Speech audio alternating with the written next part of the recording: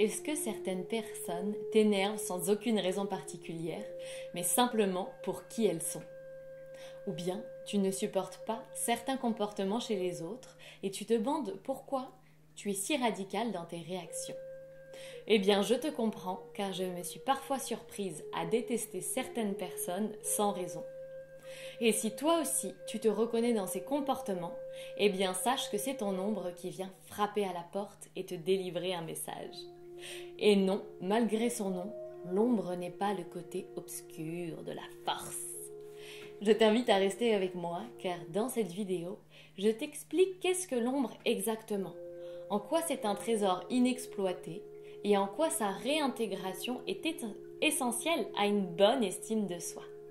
Et là, reste jusqu'à la fin car je te partage une astuce pour apprivoiser ton ombre. Je m'appelle Lucie Pia et j'accompagne dans leur démarche de changement les adultes, les adolescents et les enfants à partir de 4 ans avec l'hypnose thérapeutique et la programmation neurolinguistique, aussi appelée PNL. L'ombre a été nommée ainsi par le psychanalyste Carl Jung. Elle est constituée de tout ce que tu as refoulé dans ton inconscient depuis ton enfance, par crainte d'être rejeté par les personnes qui ont participé à ton éducation. On différencie l'ombre comprenant les manifestations instinctuelles, comme la sexualité et l'agressivité, des traits de personnalité non acceptés, comme l'esprit de délinquance, la propension à la paresse par exemple. Et l'ombre qui renferme tout le potentiel moral et spirituel non développé. Par exemple des qualités telles que la curiosité ou le dynamisme, qui pouvaient être exacerbés lorsque tu étais enfant et par le même coup non acceptés. Ou bien encore des talents et des habiletés de toutes sortes ou des aspirations spirituelles qui n'ont pas pu être développées. Tu comprends donc pourquoi l'ombre est un trésor inexploité.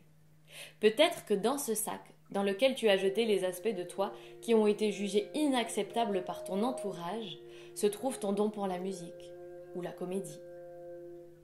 Peut-être même que tu détiens une curiosité naturelle que tu aurais déployée tout au long de ta vie si on t'avait laissé la vivre lorsque tu étais enfant, au moment où tu te passionnais pour les volcans, au lieu qu'on te demande de te concentrer sur les maths. Reconnaître et repérer ton ombre est le premier pas vers la découverte de la totalité de ton être. Tu peux alors réintégrer tous ces éléments occultés dans la zone de ton conscient et tu peux te les réapproprier.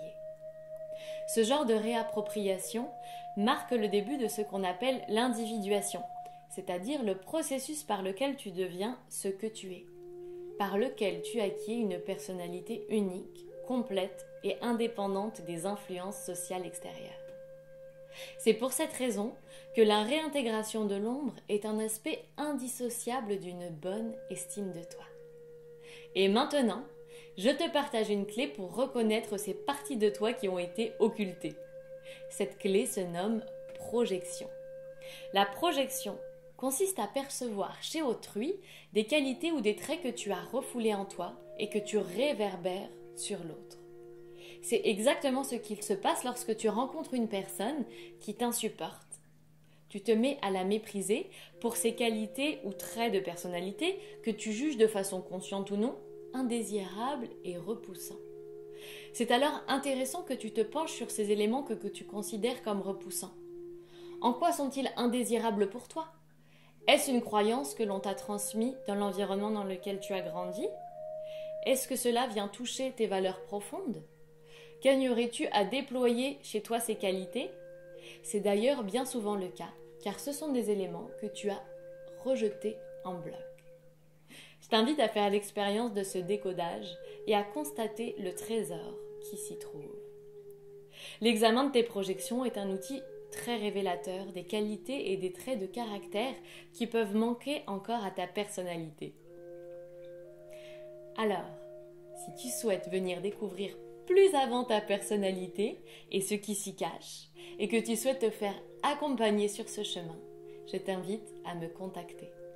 D'autant plus que l'hypnose et la PNL, puisque ce sont des outils en lien direct avec l'inconscient, sont particulièrement adaptés pour ce genre d'exploration. Au plaisir de t'accompagner.